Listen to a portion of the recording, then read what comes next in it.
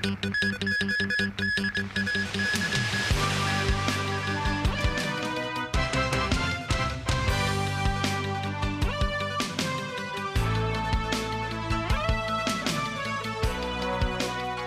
and welcome to TVB News. I'm Melissa Hekalea.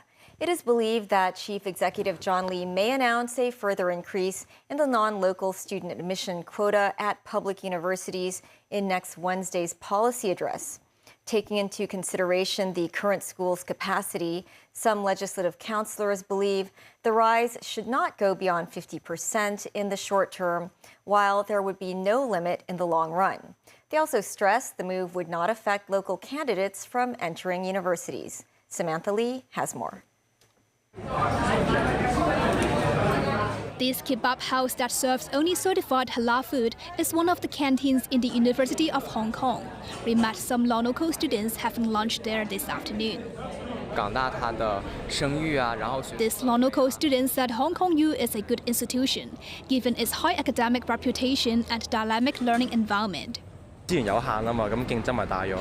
local student said competition for hall places was keen due to increasing demand from local students. Since the 2024-25 academic year, the government has allowed the 8 publicly funded universities to double the admission quotas of local candidates, with a maximum of 40% of the number of local student places. Some 17,000 locals were taken in, which is equivalent to 23% of local students. HKU has the most local students, followed by Hong Kong Polytechnic University and Hong Kong University of Science and Technology. Zhang Xiang, president of the HKU, said the institution received a record high of 25,000 applications for undergraduate programs from local candidates for this academic cycle, marking a 25% rise year-on-year. He wishes to further expand local student quota, citing a diverse student body is crucial for university excellence. To recruit the top students from all around the country, all over the world, is very essential for this goal. And now, I don't want to set like ours 10 years ago, set the target of whatever. But we are working towards this half from mainland, half from rest of the world. Well, I think housing, student housing, definitely for every university, our housing is rather limited. So if you don't have a place for their stay, but Hong Kong U is addressing this issue very seriously. Meanwhile, lawmaker Chow Man Kong, who is also a senior advisor to the provost and deputy president of the City University of Hong Kong, said the government should consider whether the universities had enough capacity to admit more locals, including classrooms and student dormitories. He estimated that the quota could be raised to 50% at a maximum for now, but there should not be any limit once the Northern Metropolis University town is built. Samantha Lee, TVB News. The President and Vice Chancellor of the University of Hong Kong, Professor Zhang Xiang, explains what the university is doing to facilitate the expected increase in overseas students. He also gave an update on developments in the medical school. Sakura Ip spoke to Professor Zhang. In the latest QS World University Rankings, the University of Hong Kong ranks 11th globally and first within China. Hong Kong U's President and Vice Chancellor Professor Zhang Xiang told TVB News that, in addition to its ranking, geopolitical pressures are also influencing international students to consider Asia, with the University of Hong Kong emerging as a top choice. Since the end of the COVID, we have received applications from over 150 countries. Many of the countries we usually don't get from East Africa or Latvia in East Europe. Our selectivity of the top student now is comparable to the really top school in US right now. We are building 6 dormitories or student halls to meet that challenge, and we already complete 4, and 2 more to be complete in the next 10 or 12 months. Meanwhile, Hong Kong U's medical school has 25 students for its new 4-year full-time graduate entry Bachelor of Medicine and Bachelor of Surgery program. With the government planning to establish a 3rd medical school, Zhang acknowledged that although there will be competition for resources, he welcomes collaboration that will enhance quality. If we look at the pie of the Hong Kong only. Of course, this is rather limited, but we should open ourselves to collaborations across the globe. We will rise up through these competitions. Zhang has faced governance challenges in his past 7 years in the university. He said that the university has turned a new page and will enhance communication and engagement in the future. Sakarib, TVB News. The Hong Kong police force recorded nearly 25,000 fraud cases during the first 7 months of this year, involving a total loss of $4.3 billion. Among the victims was a mainland Chinese master's student who was scammed out of over $10 million. Celine Chan reports. In the new academic year, the Police Anti-Deception Coordination Center has dispatched officers to the University of Hong Kong to raise awareness. Students were encouraged to complete a fraud awareness survey, with some noting they frequently receive suspicious messages. Ms. Tong, a mainland student, said she once received messages claiming that her parcel has arrived or that she needed to collect something, but she ignored the message because it felt like a scam. According to police statistics, from January to July, 957 tertiary students fell victim to fraud. The majority were local students, while mainland students accounted for 35% of cases. However, the total loss among mainland students were significantly higher, exceeding $60 million. The largest single loss involved a mainland master's student. In April, the victim received a call from fraudsters impersonating officials from the Immigration Department and police, who falsely accused him of involvement in financial crime. The victim was instructed to pay a guaranteed deposit and made 6 transfers totaling almost $11 million. For local students, the case with the highest loss was an investment scam, where a master's student was defrauded of approximately $1.4 million. Besides online shopping and impersonation scams, job-seeking fraud has also shown an increasing trend. When you purchase items from the second-hand platforms, please check the trust level of the sellers, and also do not attempt to provide any personal information during the trading process. The police have stated that they will collaborate with the HKMA to strengthen efforts in urging banks to enhance their capabilities in intercepting and detecting suspicious transactions, specifically for student bank accounts. The overall number of fraud cases from January to July reached 24,644, a 1% year-on-year increase. However, the total loss decreased by 15% to $4.34 billion. Celine Chan, TVB News. In the U.S., the sniper who killed conservative activist Charlie Kirk is still on the loose, even as investigators have flooded the internet with photos and video of a man believed to have carried out Wednesday's killing at a Utah university.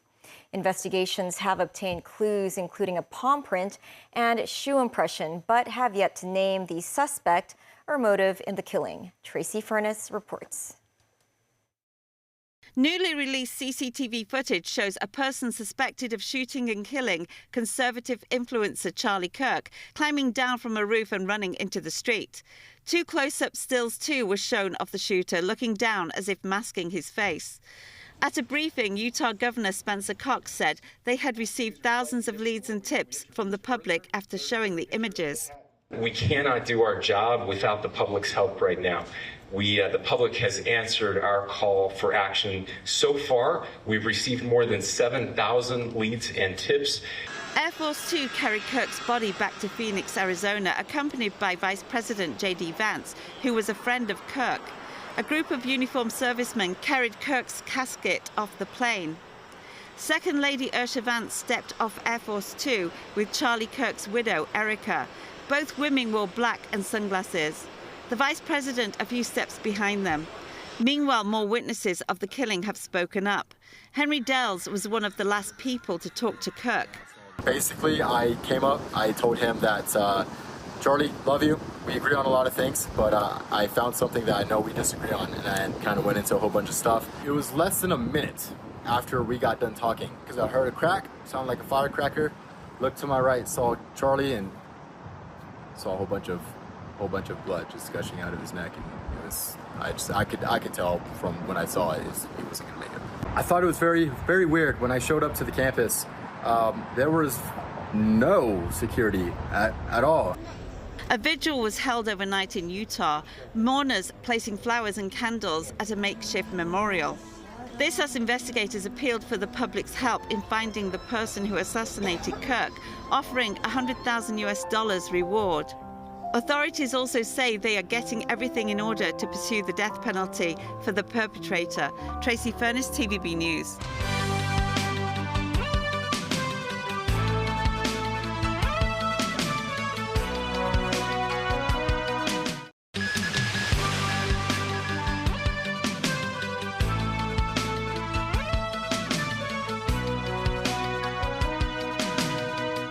Welcome back. British Prime Minister Keir Starmer is facing questions over his appointment of Peter Mandelson, who has now been sacked as the UK's ambassador to the US.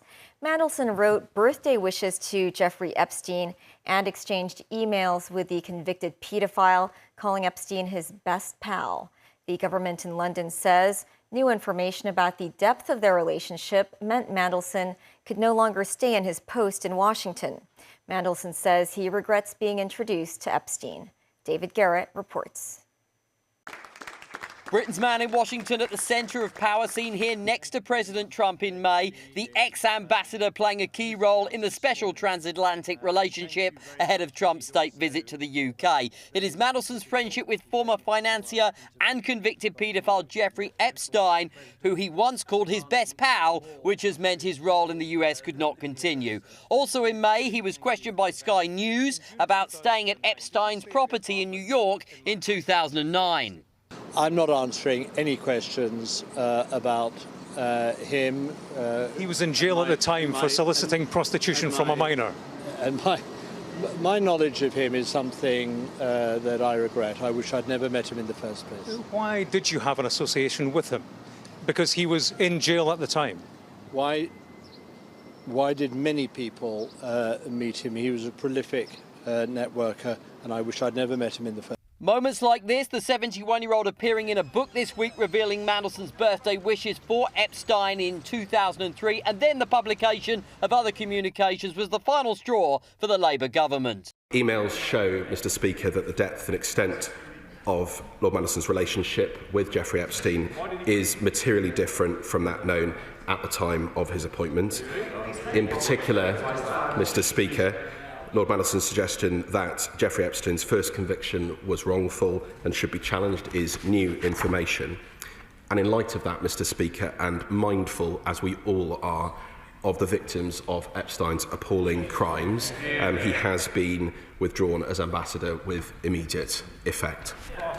Prime Minister Keir Starmer made the decision to sack Mandelson only after the emails were published by Bloomberg and The Sun newspaper. Hours earlier, Starmer had said he had confidence in Mandelson. In one email, Mandelson told Epstein, "I think the world of you." Epstein was convicted in 2008 of soliciting prostitution from a minor. He died in prison in 2019 while awaiting trial on sex trafficking charges. Mandelson already had a tarnished political career, twice forced out of cabinet positions. As Trade Secretary in 1998, he resigned over an undisclosed loan, and after making a stunning comeback less than a year later as Secretary for Northern Ireland, he lasted less than 2 years in that job after using his position to influence a passport application for a wealthy Indian.